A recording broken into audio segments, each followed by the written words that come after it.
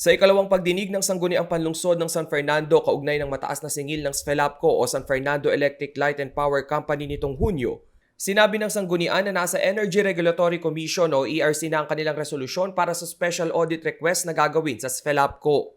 Ang ERC ang siyang may karapatan upang ipa-audit sa Commission on Audit o COA ang naturang power distribution utility.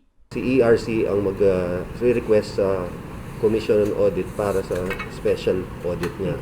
For clarification nga, kagaya ng sinabi ko sa kanina, wala naman tayo, we're not insinuating anything.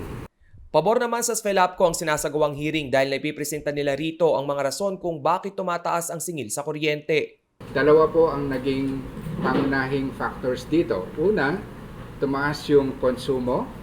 Mataas pa rin ang ating mga konsumo dahil ito ay may koneksyon sa init ng panahon. Pangalawa, pansamantala po kasing nagkaroon ng pagtaas sa merkado. Subalit tulad ng request ng Sangguniang Panlalawigan, hinihiling din ng Sangguniang Panglungsod na makakuha ng kopya ng mga dokumento ng SFELAPCO kaugnay ng kanilang pagbili ng kuryente. Dito'y pag-aaralan kung tama ba ang kanilang siningil sa mga consumer. Mga kontrata po nila with their suppliers, no po.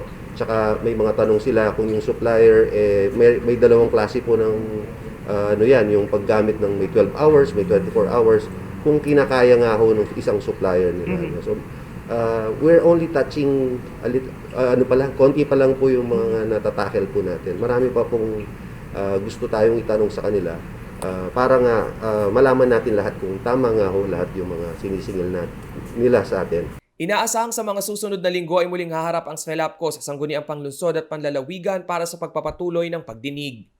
Samantala, asahan na raw ang bawas singil sa kuryente ngayong Hulyo dahil unti-unti nang lumalamig ang panahon. Rainiel Pawid, CLTV News.